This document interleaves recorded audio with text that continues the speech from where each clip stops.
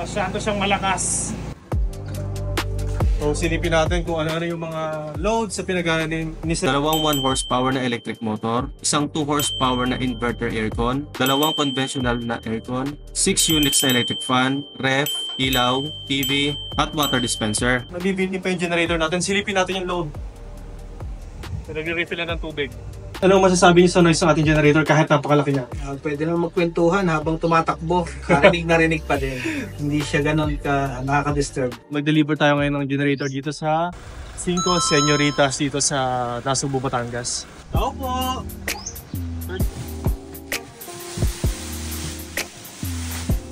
Ito yung kagandahan sa generator na ito mga ka-Best Buys kasi nga automatic na siya.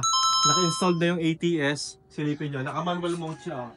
Pag naka-manual mode yan mga ka-Best Buys, ibig sabihin, hindi mag-automatic na mabubuhay at mamamatay kapag nawala yung kuryente. Ito yung mga provisions na wala sa ibang generator. Sa Philking lang meron. Yung ating ATS mga ka-Best Buys, 60 amperes siya na. Yung dalawa yung contactor, 32 kaya 64 amperes yan. Mas malaki yung ampacity ng ATS, mas mahal yung magiging price ng buong sistema. Kapag nakita nyo yung mga 30 amperes na ATS sa market, mas mura yung dihama compare dito sa 64 amperes ng ATS ng Philking. When it comes to generator naman mga ka-Best Buy, silipin nyo kung ano yung meron sa generator natin. Oh. Meron siyang 8,000 watts na starting power para sa gasoline at 7,200 watts running. LPG naman mga ka-Best Buy, meron siyang 7,200 watts na maximum power at 6,500 na running power. Napakalaki niyan para sa isang inverter generator dito sa Pilipinas. May mga nagde-declare kasi ng mga inverter generator na malalaki, maaaring in-exage nila yung specification pero hindi talaga yon yung totoong power output. At tayo naman dito sa Philking, i-declare natin yung totoong power output para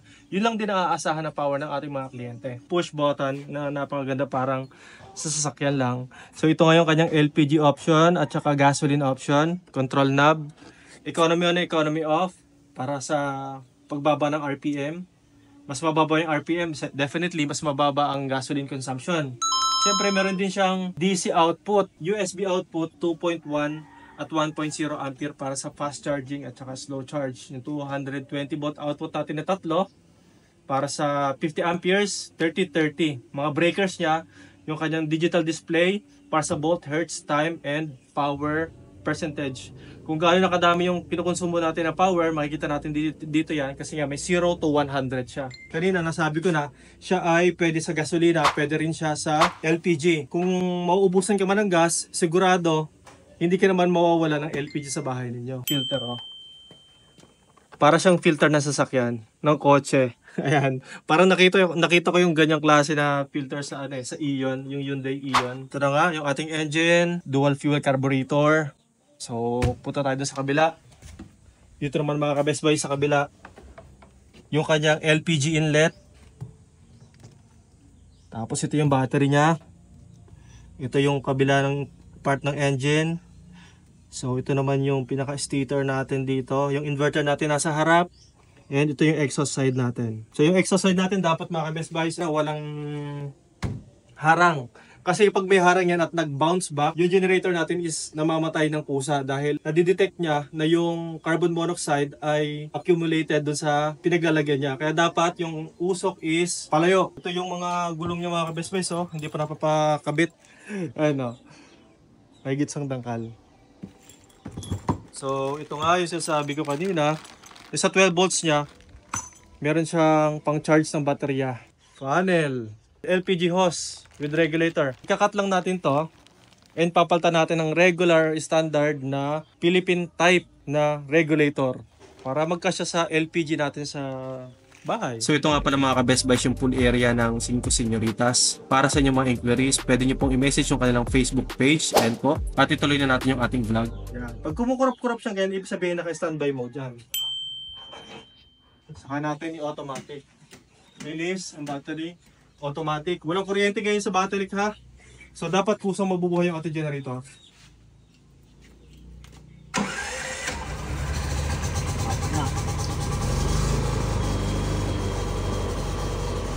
Ayan, may power na. Yung generator ha. Wow.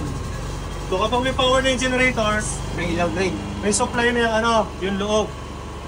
Ngayon, silipin natin dito yung power consumption.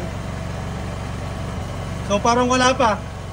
Patay yung breaker, pinatay ko yung breaker. Ayun, nakapatay yung breaker. So hindi mo na kailangan patayin yung breaker, sir, sa loob. Okay. Automatic lang siya. On ko na. On mo na, sir.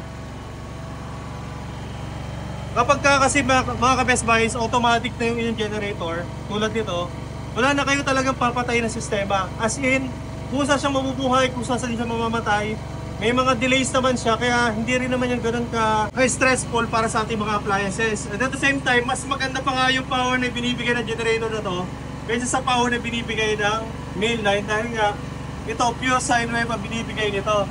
Pero na, pumikti na. Ayun ha. Ganyan na siya. Napakaliit. Naitasin natin yung mga aircons, ganahin natin sa loob kung ilan yung kayang i-serve ng ating generator. Okay natin. So, unahin natin. Water dispenser. Ayun, narinig ko kagad, oh. So, silipin natin kung ano-ano yung mga loads sa pinagana ni Sir. So, ito. Electric fan. Ayan. So, aircon. Conventional to mga ka-Best Buys, ha. Yan. Malakas yung power niyan. Aircon, mga ka-Best Buys. So, palagay ko 75 po ito. Kaya pa rin. So, buhay natin ang ilaw. Wala namang bearing yung mga ilaw na yan, eh. Hindi basta-basta yung mga electric pa ni Sir. Mukhang mabibigat. Ito pa. Dapat buhay ito. Ayun, oh. Buhay din, oh. Buhay. So, parang nabibili pa yung generator natin. Silipin natin yung load. So, yung mga aircon sa loob, kung maliliit, mga electric fan, ito lang yung load nyo. 2 bar pa lang. So, paanda rin natin yung kabila, yung mas malaking aircon. Ganda na resort, no? Gusto mo? Let's go. Ito yung mas malaking accommodation. So, ang daming pwede dito. Ang aircon ni Sir. Sir, ilang horsepower po yan? 2 horsepower. Palagay ko, kaya pa rin yan. So, may mga electric fan pa rin tayo. Pati mga TV, buhayin na rin natin. Ayun. Buhay na. 2 horsepower. Inverter naman yun, kaya kayang-kaya yun. So, ang electric fan natin dito, 1, 2, 3, buhay. Lahat magagandang klase. Hindi ito yung basta-basta electric fan lang mga Best Buys. So, yun. Buhay na. TV. Yung aircon natin nakaset na sa 20. So, balik ulit tayo doon. Silipin natin kung ilan yung load. Kalahati pa lang, oh. Ngayon, bubuhayin natin yung electric motor. Malakas yan.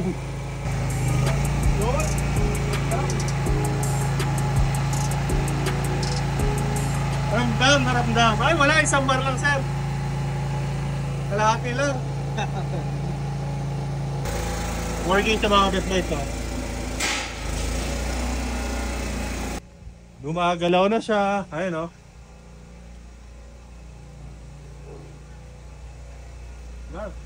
Meron na siya ditong pump, oh. Nagre-refill na ng tubig. Yun, nagpahinga na ulit.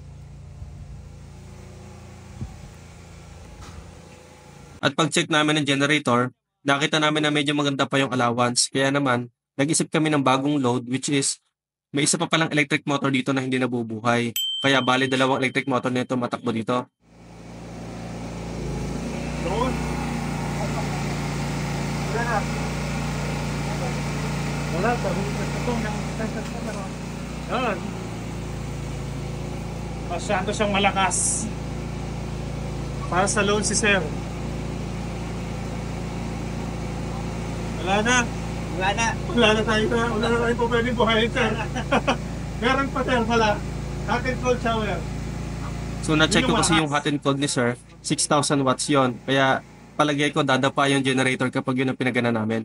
So sa 85% na load ng generator, i-recap natin yung appliances na gumana. 2 1 horsepower na electric motor, 1 2 horsepower na inverter aircon, 2 conventional na aircon, 6 units na electric fan, ref, ilaw, TV, at water dispenser. At para makita natin yung actual loads, gumamit tayo ng clamp meter at ito nga yung lumabas sa actual na reading.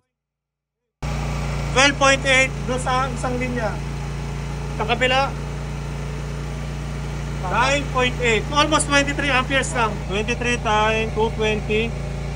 5 kilowatt pa lang mga ka-best buys. So may natitira pa na 2.2 kilowatt na reserve power. Pwede itong gamitin sa... So nag-allocate tayo ng mga reserve power sa generator para sa starting current ng mga induction motors. Tulad nga yan, meron dalawang electric motor na buhay at may dalawang conventional na aircon na working. Idagdag mo pa dyan yung inverter aircon na 2 horsepower. Since siya nga ay inverter, nagpapahinga yung kanyang motor kapag na-reach niya na yung temperature. At syempre, kikikin uli yun kapag bumaba na yung temperatura ng room. Kaya napakahalaga ng reserve power na yan para sa mga surges. Ayun mga ka-best buys, tapos na natin pagganahin lahat. Wala na maisip si sir. Yung hot and cold shower na lang yung hindi niya mabuhay kasi 6,000 watts yun eh. So definitely hindi niya na daw talaga isasama yun. Generator yung gagana, inaalis siya na sa sistema. So ngayon, ang gagawin natin, gagamit naman tayo ng LPG bilang source ng fuel. Ngayon kasi nakagasoline tayo, papatayin uli natin lahat ng mga appliances and then papaganahin uli natin yung generator sa pamamagitan ng LPG. So from gas, ililipat natin siya sa LPG. Sa first trial nito sir, hindi ito mabubuhay agad. So dahil i-empty nyo muna yung laman ng carburetor na gasolina, papapasukin nyo muna yung LPG. Kaya yun sumunod.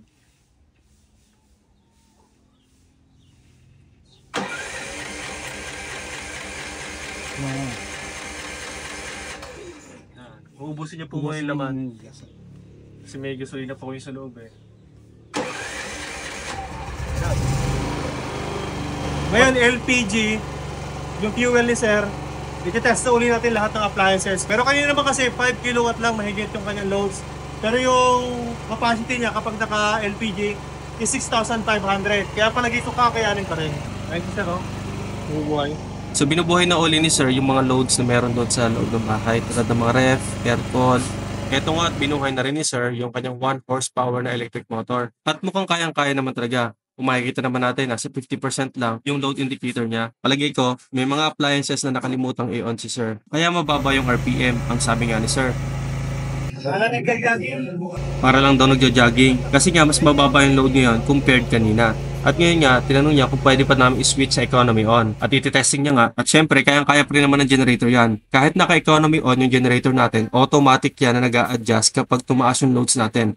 Pero hanggang 80% lang yung kaya niya. Kapag high loads na or mataas na yung requirement ng ating mga loads, dapat naka-economy off yan para hindi mabibitin yung rotation. Medyo malalim kasi kapag naka-economy on, tapos biglang tataas yung loads ninyo, mahihirapang mag-compensate yung makina. At ito nga, sinilipuli natin yung loads sa mga kabilang bila. So napansin natin mas mababa yung readings ngayon doon sa kabilang bila na may 2 horsepower na aircon. Palagay ko nakalimutang buhay ni sir yung mga electric fans doon. From 9 amperes, ngayon 3.7 amperes na lang.